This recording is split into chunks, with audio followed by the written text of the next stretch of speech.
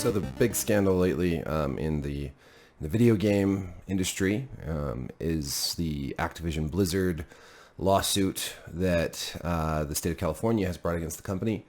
And this follows other news stories about sexual harassment and abuse at Ubisoft Singapore in particular, but really across that company. The Activision-Blizzard accusations are pretty serious.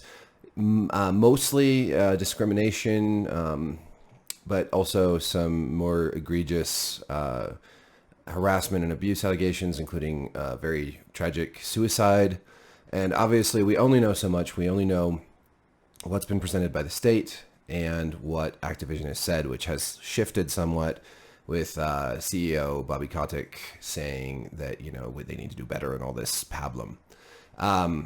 And I started thinking about this because it's all awful, of course. And I started thinking about this in terms of kind of the trajectory of this, of the many stories of abuse and harassment and everything since, for the last 7 or 8 years. The Me Too movement, and all the way back to Gamergate, right? And of course I have my own story of Gamergate, which was that I tried to report on that. And look at that movement from, I guess I don't really like the term neutral standpoint, but from an objective standpoint, looking at Gamergate as sort of the natural outgrowth of something like Retake Mass Effect and, gamer dissatisfaction with both gaming journalists and the gaming press and the big publishers. The whole ethics in games journalism thing isn't just about game journalism. It's about the relationship between journalists and publishers and game developers, right? That's where these ethical concerns come from. Are game journalists being influenced by these publishers? Is the relationship between journalists and the video game industry, are there ethical concerns there?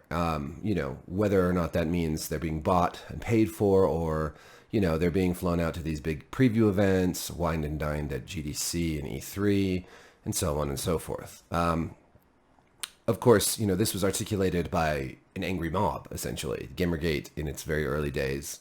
Well, really throughout, even before it was called Gamergate, and then after it, kind of became an established hashtag movement on Twitter, it was not an organized group by any means. And so there was a high signal to noise ratio, right? There was a lot of anger, a lot of upset, a lot of anger on Twitter, a lot of fighting, a lot of infighting.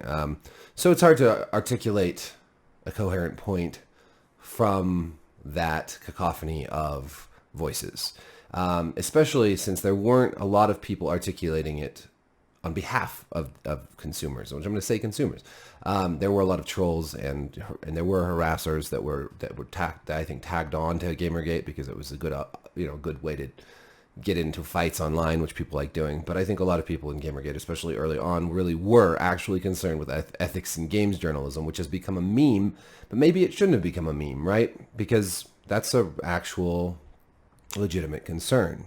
I think it's also a concern for, a lot of YouTube ethics in YouTube. Is there even such a thing? A lot of YouTubers have relationships with these video game publishers that are even more incestuous than a lot of these journalists do. But that's I'm not going to get into the journalists versus YouTubers thing. But point being, what happened in the early days of Gamergate is when people wanted to talk about this article, which we all know what it's about. Won't go into it, but when people wanted to talk about that conversation was shut down. And what I find is that when conversations are shut down, they only get bigger. I still believe to this day that if people would just let everyone talk about it and had just let that go on Reddit and stuff for a few days, that the whole thing would have fizzled out.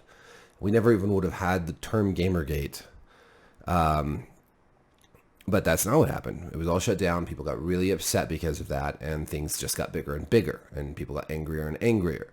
And then we had the op-eds start falling. We got the first one from Lee Alexander at Gamasutra, who wrote about how, gamers aren't your audience anymore. Gamers are dead, which is, a very clickbaity headline, right? Like, clearly that's not true. You're writing about fucking video games. Gamers are your audience. Games are selling more every single year. Gamers are not dead. The idea being, of course, that from a certain ideological standpoint, there's a group of people who would really like a certain kind of gamer to go away forever and replace that gamer with this new type of gamer. I talked about this a bit when I talked about Kotaku's new editor-in-chief and sort of the whole idea that like the audience that they currently have is not the one they want. They want this mainstream audience. But I would argue that the audience for gaming, while it's become more diverse, while there are many more women and minorities and, LGBTQ people involved in gaming, that still gaming is and has been, for many years dominated by mostly men of all different colors, boys and men, right? White men, black men, whatever. It's a male-dominated hobby. And, this Gamergate, this ethics and journalism thing quickly took on the shape of game journalists essentially saying, we don't want this audience anymore. We don't want the people who play video games, who play them the most. We want to speak to a new audience, an audience that is, more progressive and more educated and, more concerned with, social justice politics and all this other stuff. And this was in many ways an excuse, I think, to make this a culture war fight, right? Because here's how it works. Alexander and then, a couple dozen other game journalists write the same article, basically. Everyone's saying gamers are dead or some variation of this theme. Then gamers get mad because that's what gamers do. It's very easy to rile up a crowd, right? Where, if you could do the same thing with fans of any other thing. You could write about, fans of a TV show like The Walking Dead and how they're all horrible. It's obviously painting with absurdly broad strokes, but whatever. So that's what happened. Gamers then shifted their ire and their anger towards these game journalists who are writing these articles, and the articles just kept coming because they were driving traffic. Conflict drives traffic. Conflict, it's always been the case, right? This is nothing new. This is the same kind of journalism we've had forever. And I get it. I've written inflammatory pieces as well, so I'm certainly not immune to this. But it just became a flame war, right? And the portrait of Gamergate that emerged from this, largely painted by the press, was gamers are misogynists who are trying to drive women out of gaming. This was the narrative that was spun. Gamers are trying to prevent women from being in gaming. There was this incredibly bad episode of Law and Order SVU that you really should watch. It was called Intimidation Game. And it's all about these, I think it's Logan Paul is in this one, actually. He's one of the bad gamers. But it's almost a parody of the Anti-Gamergate position, in just that, there's like gamers at a conference that shout at a girl to leave because they don't want girls there. Like, it's patently absurd, because if you've ever been to any of these things, like, there's girls and guys at all these conferences, at Comic-Con, at E3, at all these places. There's more guys usually, but there's both. And I've never once in my life actually seen any guys ever care that there were girls there. Like, I'm sure there are some asshole dudes. I mean, I've met asshole dudes. We all have. There are assholes out there, and they are going to say horrible things to women. That is an unfortunate part of this world we live in, probably of the world as it always was and always will be. There's going to be guys like that. But overall, I think that gamers are genuinely excited when girls play video games. They just don't necessarily love it when game journalists or critics like Anita Sarkeesian want to change everything about this hobby that they love in order to make it a safer space for everyone, right? And this kind of where I'm trying to get the point here is that, we talk about how, these games are dangerous. Their games are harmful because maybe they have, they appeal to the male gaze or something. Or we talk about how the gamers are harassing women on Twitter and they're trying to keep women out of the industry. But really, these are not the problems facing women in the video game industry. The problems are what we're seeing at Activision-Blizzard and Ubisoft with powerful men, typically, powerful men, team leaders or game directors or upper management, just depends, who either are engaging in sexual harassment, are turning a blind eye to sexual harassment, or who are, furthering discriminatory policies like, like pay discrimination and so forth. And just making working in these places an unpleasant or downright unbearable experience. Now, these are the people in charge of the money. These are the people in charge of the games. These are the people pulling the strings of the industry, powerful, wealthy people who own stock, who are laughing all the way to the bank, while game journalists and gamers on Twitter are throwing shit bombs at each other. And for years this goes on. What I found so striking in 2014 during Gamergate was this emphasis on gamers being so horrible. Gamers are so misogynistic. They're so sexist. As though gamers are this like thing that exists outside of society. Gamers are also doctors. Gamers are teachers. Gamers are, construction workers. Gamers are students in high school or middle school or college.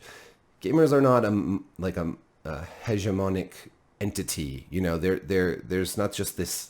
You don't just like punch your card in and live in Gamerland or something. No, it's a group of a widely diverse group of people that may, yes, indeed be male dominated, but that's a demographic and a taste thing. I mean, I honestly, I'm gonna say this one more time. I think dude gamers are always pretty excited when there's more chicks playing. Although I have encountered some chicks playing Call of Duty or something like that have just as toxic, if not more so, an attitude and a way of interacting, almost as if they're like trying to like keep up with the boys. Don't do that. I think gaming's a lot more fun if you can have some healthy shit talking, but don't make it so toxic. But whatever. Point being is that the Anti-Gamergate movement made this big fuss over how horrible gamers were in 2014 and made it all about these terrible misogynistic gamers, when in reality, the real hurdles facing women in video games are these companies. And of course, nobody at these companies can really say anything because they're all fucking terrified of of their bosses, right? So all these people working at these places are living in fear. I mean, it's the video game industry is crazy, right? Like, you cannot get an honest answer out of hardly anybody in this industry, at least not at the big publishers. Like maybe from some indie developers, some smaller studios. And that's probably where you also see less of this sort of horrible culture, although I'm sure there's also indie developers. I know there's indie developers that have a bad culture also. But at these big corporations, you have this corporate culture that is also an old boys club that is clearly rife with problems. And addressing that, I mean, that is, to me, the greatest hurdle that people, whether they're women or minorities, or like in the case of Ubisoft Singapore, like the local people there allegedly faced discrimination compared to the French Western developers who would usually manage things in the Singapore studio, which has very colonialist air to it, doesn't it? But the point being, I guess I've made the point. It's sort of ridiculous to say gamers are the problem. To spend all this time, and it didn't really stop with Gamergate. It's continued, this whole idea now that incels or whatever, that these are the problem. Well, yeah, some are, sure. There's bad apples everywhere. There's obviously bad people everywhere you go. And but you can't really just change this idea that you can change gamers. This as a whole is crazy. Culture changes slowly.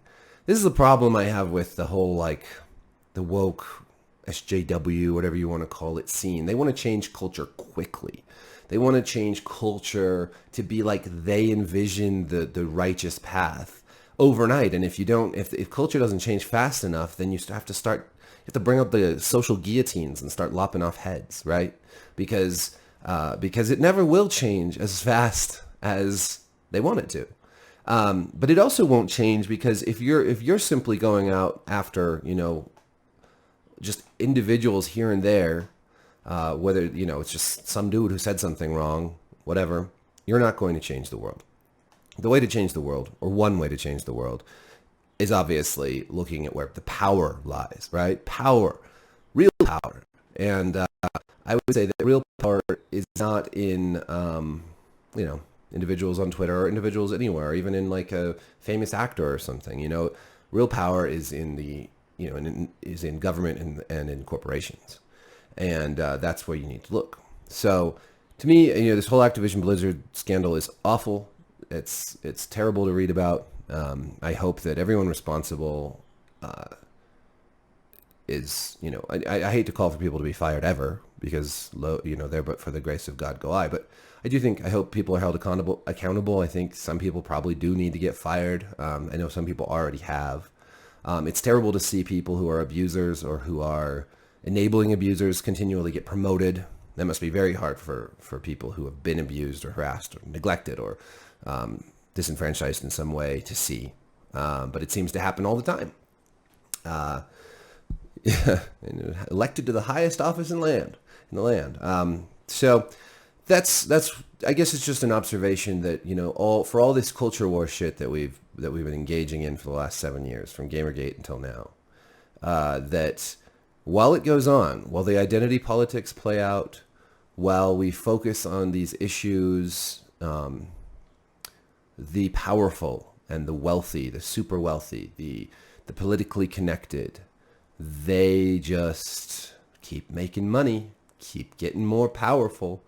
And, you know, in 20 or 30 years, when the world is facing a climate apocalypse and all the billionaires have lavish bunkers and spaceships to escape on, they'll be laughing all the way to the bank then too. So maybe it would be helpful if, instead of engaging in a constant bitter war of culture and identity politics, where we must exercise the demons all the time, maybe it would be helpful to look to where the real bad motherfuckers are, where the real bad guys are, and shine a light on them.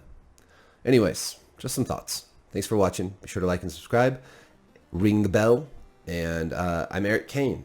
Thank you for watching my YouTube channel. Someday, maybe, you know, a few other people will also. Maybe. We'll see. Peace.